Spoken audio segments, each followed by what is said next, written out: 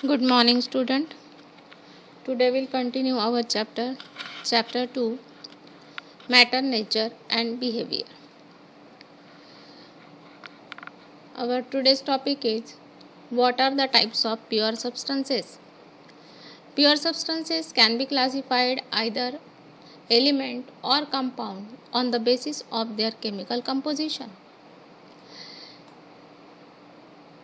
On the basis of chemical composition, elements are classified as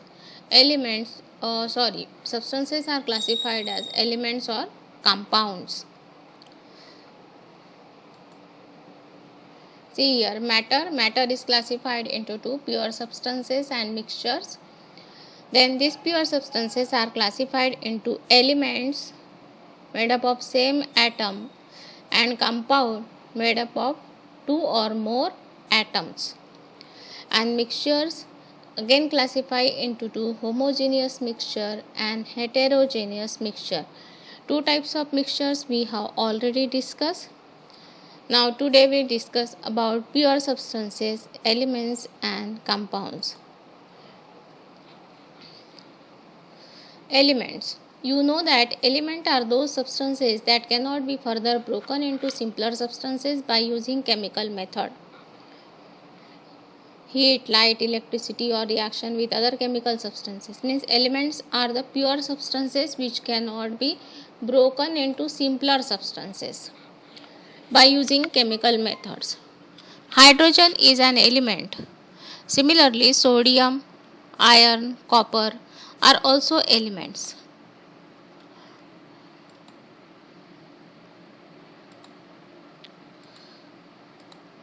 See, these are the elements which are available in our earth crust. Have you seen these elements? Different elements are there, start from hydrogen, then helium, lithium, beryllium, boron, carbon, nitrogen, oxygen, phosphorus, fluorine, neon. इस तरह से ये सारे 118 elements अभी तक known elements हैं जिनको periodic table में ग्रुप और पीरियड की बेसिस पे अरेंज किया गया है.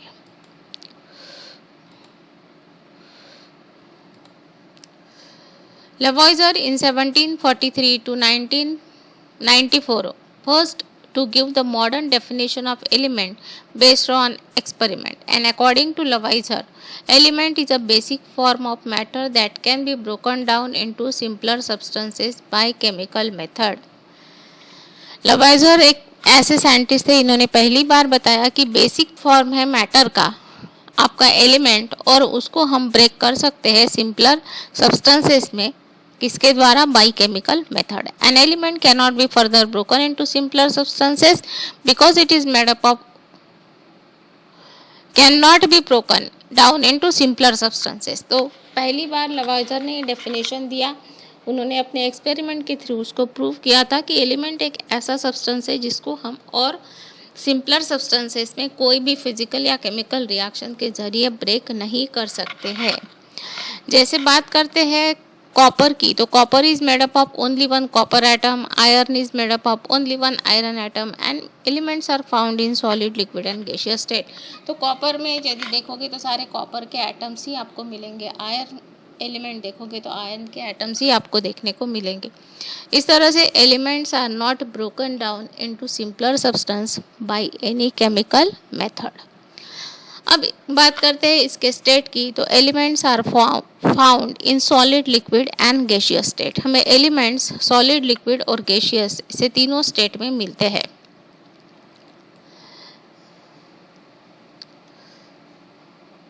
To elements which are found, see 11 elements which are found in gaseous state. These elements are hydrogen, helium, then nitrogen, oxygen, fluorine, chlorine and helium, neon, argon, krypton, xenon and radon. These are the 11 elements which are found in gaseous state at room temperature. room temperature पे उस 118 element में से हम देखेंगे तो इनमें से हमें ये 11 एलिमेंट्स मिल रहे हैं जो कि गैसियस फॉर्म में रहते हैं at room temperature.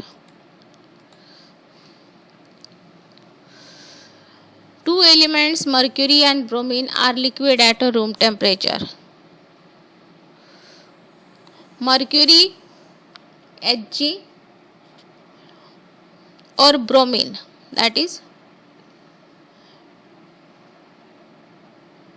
helium, neon, argon, krypton, here chlorine, this is your element. This one is bromine, ये आपका ब्रोमीन और एक है आपका मर्क्यूरी Hg। ये दो एलिमेंट्स जो है वो आपको कौन से फॉर्म में मिल रहे हैं?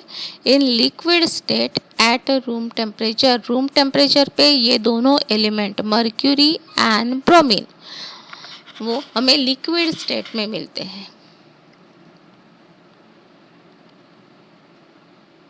Clear?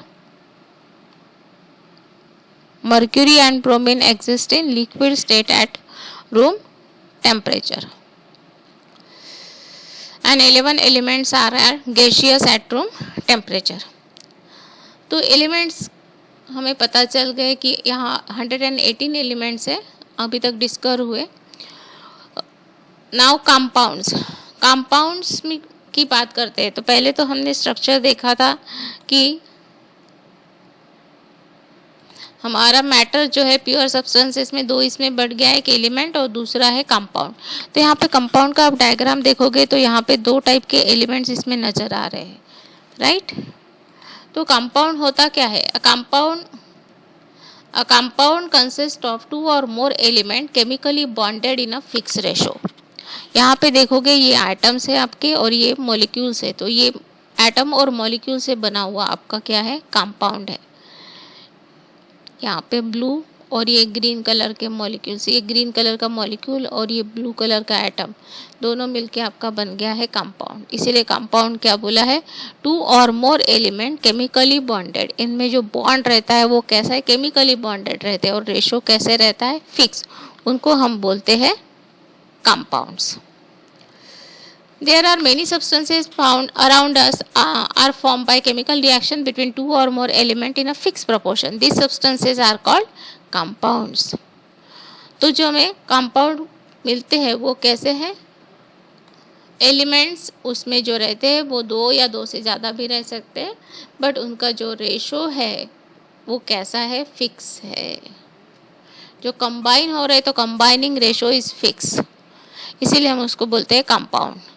The properties of the compound form after a chemical reaction is different from its constituent element. अब वाटर की बात करते हैं तो इसे समझने की कोशिश करते हैं। Water is a compound, H2O molecular formula of compound water. और ये फॉर्म कैसे होता है?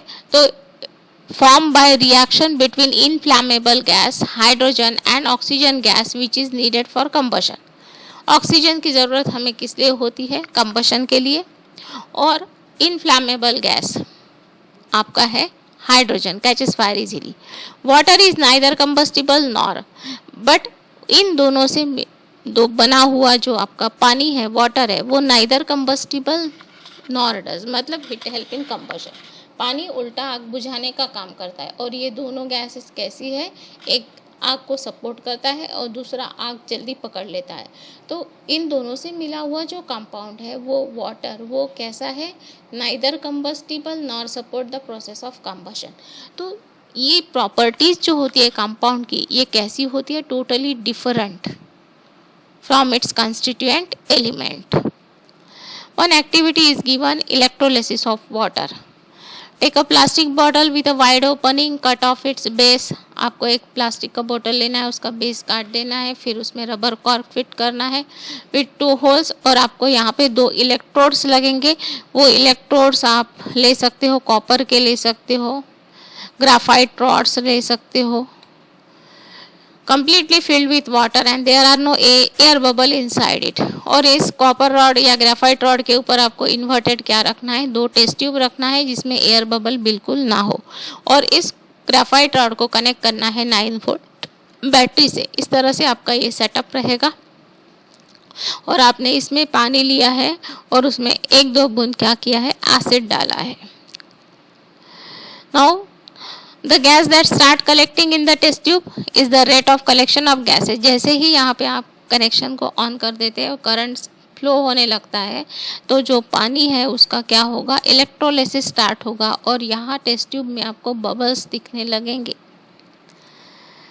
जब एक टेस्ट ट्यूब कम्प्लीटली फिल हो जाएंगी बबल्स से, नो वाटर इज़ लेफ्ट, उसमें कोई पानी नहीं बचा है, तो उस टेस्ट ट्यूब में से गैस को हम क्या करेंगे, कलेक्ट करेंगे। Replace it with another test tube filled with similar water. Previous setup, put lighted matchstick close to the mouth of the test tube filled with gas. Second test tube gets completely filled, remove it. Put the lighted matchstick. इस तरह से हमें दोनों test tube में gas को collect करना है।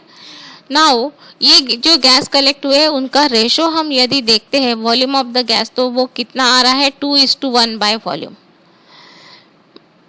Water is a compound is formed by chemical combination of hydrogen and oxygen, but hydrogen का रेशो कितना है, 2:1, इसीलिए उसका फॉर्मूला क्या है, H2O, 2 parts hydrogen combined with 1 part oxygen form water. The properties of the compound form are different from the properties of oxygen and hydrogen. Definitely the constituent water can be obtained by chemical method such as electrolysis, और इस method को बोला जाता है आपका electrolysis of water.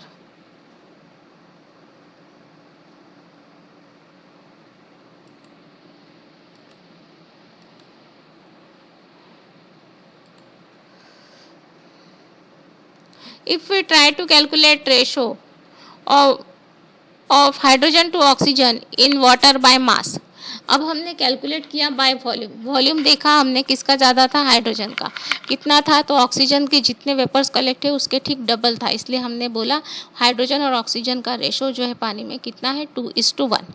यदि हम इसको बाय मास कैलकुलेट करना चाहते हैं इसी हाइड्रोजन और ऑक्सीजन के रेशो को, तो वो हमें मिलेगा 1:8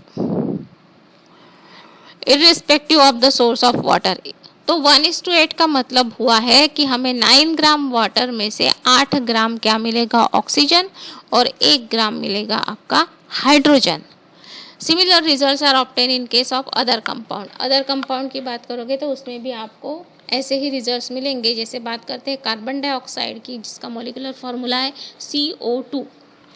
तो यहाँ पे हाइड्रोजन और ऑक्सीजन का बाई मास देखोगे तो वो है 3:8, कार्बन का 3 पार्ट और आपको ऑक्सीजन कितना है, 8 है, 8 ग्राम। मतलब आप टोटल 11 ग्राम कार्बन डाइऑक्साइड में आपको 3 ग्राम कार्बन मिलेगा और 8 ग्राम क्या मिलेगा, ऑक्सीजन। इस तरह से एक्सपेरिमेंट करते रहे और पहली बार प्राउस्ट ने in the year Joseph Proust 1754-1826, a French chemist, gave the law of definite or constant proportion, और इसके बेसिस पे प्राउस्ट ने पहली बार क्या किया है, लॉ ऑफ कांस्टेंट प्रोपोर्शन और डेफिनेट प्रोपोर्शन दिया है जोसेफ प्राउस्ट। एक फ्रांस में रहते थे, ये केमिस्ट थे। क्या बोलता है ये law, in a chemical compound the elements are always present in a definite proportion by mass. कोई भी केमिकल कंपाउंड में एलिमेंट्स जो है वो कैसे प्रेजेंट रहते हैं, डेफिनेट प्रोपोर्शन बाय मास, उनका फिक्स रेशो रहता है। जैसे वाटर है ऑलवेज कंटेन 2 एलिमेंट, 2 एलिमेंट है, हाइड्रोजन और दूसरा है ऑक्सीजन, बट ये जब कंबाइन होते हैं कौन से फॉर्म में, तो 2:16 और 1:8 बाय मास, तो वो हमें पानी मिलेगा। उनका रेशो चेंज हो जाएगा तो हमें पानी की जगह दूसरा कोई कंपाउंड मिलेगा। मतलब जो भी एलिमेंट्स उस कंपाउंड में प्रेजेंट रहते हैं उनका जो डेफिनेट प्रोपोर्शन होता है, और इसी को बोला जाता है law of definite proportion. If 9 gram of water is decomposed, we get 1 gram of hydrogen and 8 gram of oxygen. यदि हम 9 ग्राम वाटर का इलेक्ट्रोलिसिस करते हैं तो हमें 1 ग्राम हाइड्रोजन मिलेगा और 9 ग्राम क्या मिलेगा, 8 ग्राम क्या मिलेगा, ऑक्सीजन। तो ये फ्रेंच केमिस्ट थे जिन्होंने पहली बार हमें क्या बताया, लॉ ऑफ कांस्टेंट प्रोपोर्शन और law of definite proportion. A compound always contains the same fixed proportion by mass of its 2 or more constituent element. Ammonia and baking soda are the examples. इन्होंने NH4, NH3, baking soda, NaCO3 इनके examples दिए हैं, and the constituent of the elements of this compound follow the law of constant proportion. तो ये सारे जो chemical compounds होते हैं ये क्या करते हैं, लॉ ऑफ कांस्टेंट प्रोपोर्शन को फॉलो करते हैं। इनफैक्ट उनमें जो एलिमेंट्स है वो एक डेफिनेट प्रोपोर्शन से ही कंबाइन होते हैं, तभी हमें वो पर्टिकुलर कंपाउंड मिलता है। I think these are the elements: hydrogen, helium, and where it is used, helium is used in balloon, hydrogen in sun, star, means that you know, lithium in batteries, beryllium in emerfolds, then boron sports equipment के लिए use होता है, carbon basis of life molecule, nitrogen से protein मिलता है, oxygen से air inhalation के लिए, फ्लोरीन टूथपेस्ट में यूज़ होता है, नियॉन एडवर्टाइजिंग साइन के लिए यूज़ होता है। तो इस तरह से अलग अलग एलिमेंट्स है और इनका यूज़ डिफरेंट डिफरेंट दिया हुआ है। These are all elements.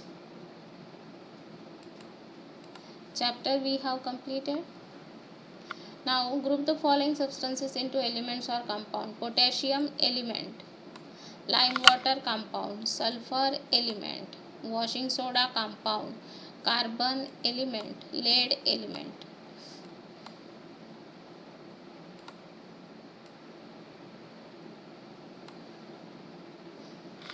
जिसको कलर किया है वो सारे एलिमेंट्स है, remaining are compounds. Vinegar, acetic acid is also compound. We get a white powder when we burn magnesium ribbon in air. Is this powder an element or a compound? Magnesium ribbon को जलाते हैं, जो आप दिवाली में pencil या less को जलाते हो ना, तो उसमें से वाइट कलर का पाउडर बच जाता है आखिरी में जलने के बाद, स्मूथ वाइट कलर पाउडर। तो वो कंपाउंड है कि एलिमेंट है? तो वो कंपाउंड ही होगा, क्योंकि मैग्नीशियम बर्न इन एयर तो क्या फॉर्म करेगा, मैग्नीशियम ऑक्साइड, राइट ना। तो वो कंपाउंड होगा। और रिएक्शन आप लिख सकते हो, बुक में दिया है, when magnesium burn in air, Mg को आप twice Mg plus O2 gives us twice MgO, compound form, and reaction you write down. What is common salt? Element, compound और मिक्सचर। कॉमन सॉल्ट का molecular formula NaCl है, ये compound है। और ये compound क्यों है? क्योंकि इसमें सोडियम और क्लोरीन का जो रेशो है वो कैसा है, फिक्स है, in a definite proportion. They sodium and chlorine combine with each other and form common salt. You have to write why would common salt is compound. In compound you write down this particular you mention that sodium and chlorine are combined in a fixed proportion by mass and form common salt, hence common salt is a compound. In this way you write down answers of these questions. Chapter we have completed. Go through it, and any other type of video you want or your suggestions are always welcome. You write it in your comment section. Then if you like the video, you like and subscribe to the channel for watching more videos. Read the chapter, write question answers. Thank you, students.